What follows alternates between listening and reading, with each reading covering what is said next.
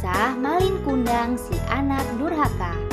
Alkisah, pada zaman dahulu tinggallah sebuah keluarga miskin di dekat pelabuhan. Keluarga ini memiliki seorang anak laki-laki bernama Malin Kundang. Malin Kundang anak yang rajin membantu pekerjaan ibunya. Meski masih belia, Malin Kundang sering bersih-bersih dan ikut membereskan pekerjaan rumah. Hingga pada suatu ketika ayah Malin Kundang berangkat berlayar menggunakan kapal besar untuk mencari nafkah di negeri seberang.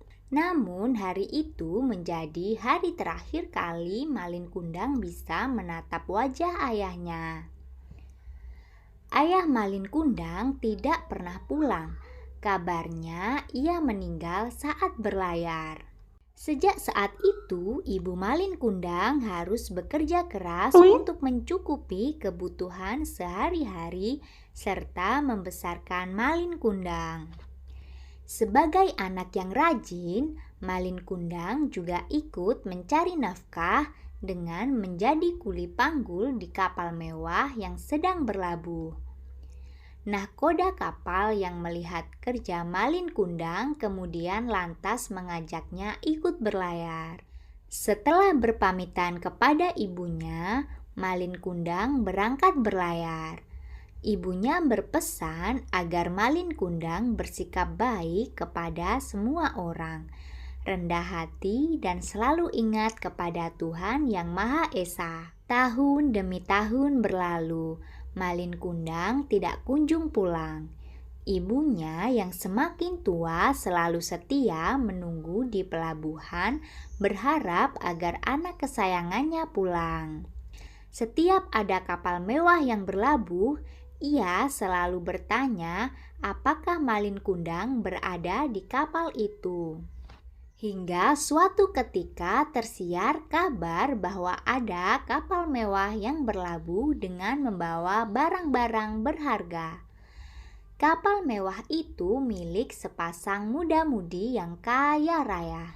Ibu Malin Kundang pun berusaha naik ke atas kapal dengan tertatih-tatih. Ia berharap anaknya berada di kapal itu.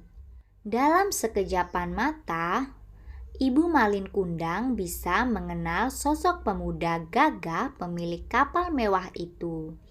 Ia adalah Malin Kundang, anak kesayangannya yang sudah lama tidak pulang dari berlayar.